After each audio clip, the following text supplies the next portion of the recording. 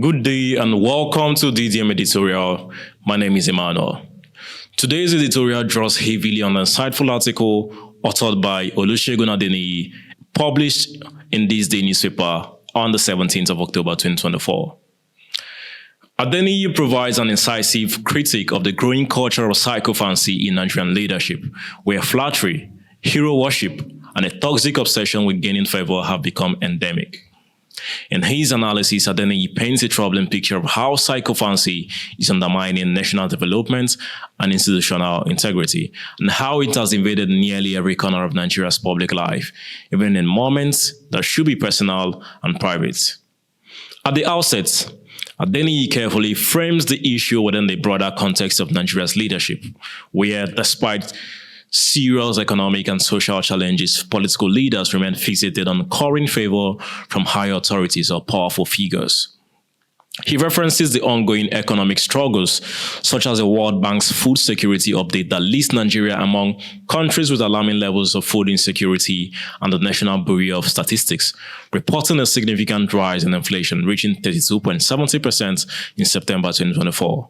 Yet, in the midst of such dire times, lawmakers and political elites seem more concerned with flattering the president and engaging in symbolic gestures than addressing the real problems affecting the nation.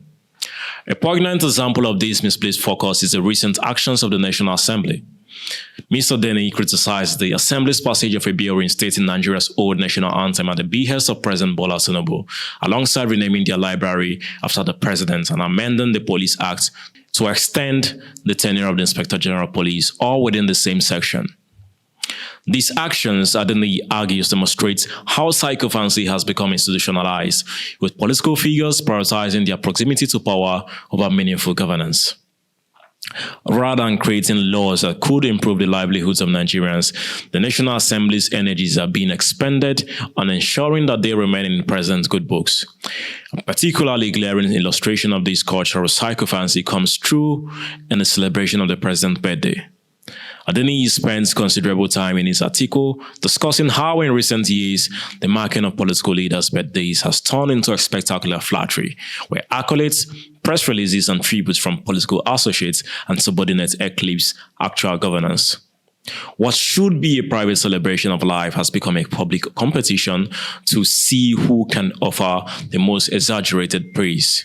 He points out that birthdays, especially for top political leaders like the president, are no longer personal milestones but opportunities for political maneuvering. State governors, ministers, and even National Assembly members go to the extraordinary lengths to sing the praises of the leader in an attempt to curry favor. Full-page advertisements in newspapers, glowing social media tributes, and carefully crafted speeches extolling the virtues of the leader flood the public space. For example, on President Tinubu's last birthday, several governors and senators published effusive tributes praising his unmatched wisdom, legendary courage, and unparalleled leadership. While this is expected to some extent in political settings, Adeniyi points out that the sheer volume and intensity of these tributes indicate an unhealthy competition for attention and approval. He views this sycophantic trend as not just a waste of time and resources, but as a disturbing symptom of a deeper malaise in Nigerian governance. The time spent drafting this tribute, placing few-page newspaper ads, and organizing lavish birthday celebrations could be better spent addressing the nation's critical issues, such as the deepening food crisis and rising inflation rates. Moreover, this incessant need for political figures to publicly flatter their leaders dilutes the serious nature of governance, transforming it into a stage for personal glorification. Adeniyi brings a historical perspective to this, observing that the culture of sycophancy in Nigerian politics is not new, but has deepened over the years. He draws a comparison with past administrations, noting how former presidents and leaders have also been subjected to over-the-top praise on their birthdays and other occasions.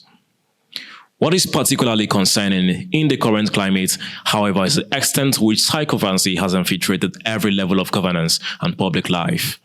State governors, for instance, now see it as a political necessity to rename landmarks and infrastructure after the sitting president, as evidenced by Niger State Governor Umar Bago renaming the Minna Airport after President Tinubu. This act of renaming is less about honoring the president and more about securing political goodwill.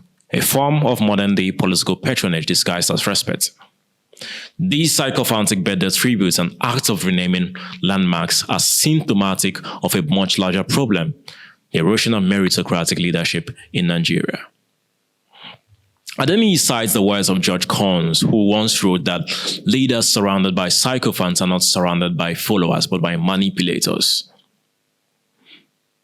This culture of manipulation leads to poor decision-making as leaders are fed only what they want to hear rather than the truth. The ultimate victims of this system are the Nigerian people who suffer the consequences of bad governance, corruption, and misplaced priorities. He also touches on how this culture of sycophancy permeates not just political but also personal and religious lives. He points to examples of religious leaders who are often elevated to godlike statuses by their congregations. In business, he describes how corporate structures reward flattery and loyalty to top executives over competence and hard work. This pattern, Adeniyi warns, stifles creativity, innovation, and accountability in all spheres of Nigerian life.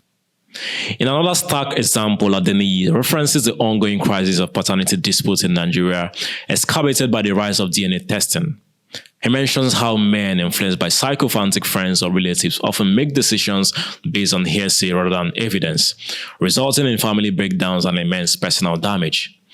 This is yet another manifestation of how sycophancy, when unchecked, has far-reaching consequences beyond politics, creeping into everyday life and relationships. Returning to the political sphere, Adeniyi warns that sycophancy has significant long-term repercussions for Nigeria's governance. If leaders continue to surround themselves with praise singers rather than those who can offer constructive criticism, the country's problems will only deepen. He draws on the biblical story of King Ahab, who surrounded himself with false prophets that led him to his doom. Adeniyi once again cautions President Tinubu to hear the lessons from history and not allow himself to be blinded by the flattery of those who do not have Nigeria's best interests at heart. He concludes his article with a passionate call to action for Nigerian citizens. He urges Nigerians to reject sycophantic leadership and to demand more from their elected officials. Leaders should be chosen for their integrity, vision, and competence, not for their ability to flatter those above them. Only by breaking the cycle of sycophancy can Nigeria hope to build a future based on meritocracy, accountability, and true leadership. In summary, Mr. Adeniyi's editorial in THISDAY newspaper offers a thorough and critical examination of the rising culture of sycophancy in Nigeria. Through detailed examples, he highlights how this culture undermines governance, warps decision-making, and ultimately harms the Nigerian people. His message is clear. Unless this toxic culture is addressed, Nigeria will struggle to overcome its many challenges. Leaders must resist the temptation to surround themselves with sycophants and instead seek out those who will hold them accountable for the good of the nation. Thank you.